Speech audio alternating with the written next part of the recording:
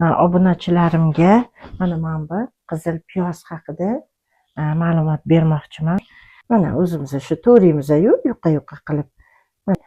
Keyin buni ustiga suvimiz filtrlangan suvmi, qaynatilib sovutilgan suvmi, mana to'ldirib qo'yamiz. Yopib qo'yamiz. Bo'ldi, bu narsamiz ertalabgacha turadi. Ertalab turamiz.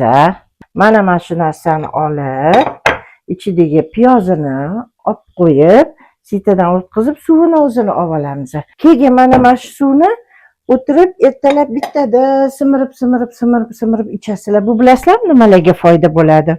Davleniya tushiradi. Sahrni ham yaxshi tushiradi. Gripp, mana bu odam virus kasal bo'lganlarda yaxshi tuzatadi. Lekin eng muhimi yana bitta narsa bor-ku, meni onamni o'zlariga ichirganimizda shu 15 yillik glanda tanzilit anginalari bor edi, yiringlab ismi chiqarib tun qiynardi-da, operatsiya qilib olib tashlash kerak deylardi. Ana o'sha narsa 4 marta ichganlarida anginadan butkul qutulganlar. Haligacha shuni eslanglar. Kechagina o'zlari qizim shu narsamni ham etgan, onam retseptlari deb tayinladilar. Mana hozir 85 ga kirdilar, umuman bironta tomon og'rig'i nimaligini bilmaylar. Sog' bo'linglar, obuna bo'lib, like bosishni unutmanglar.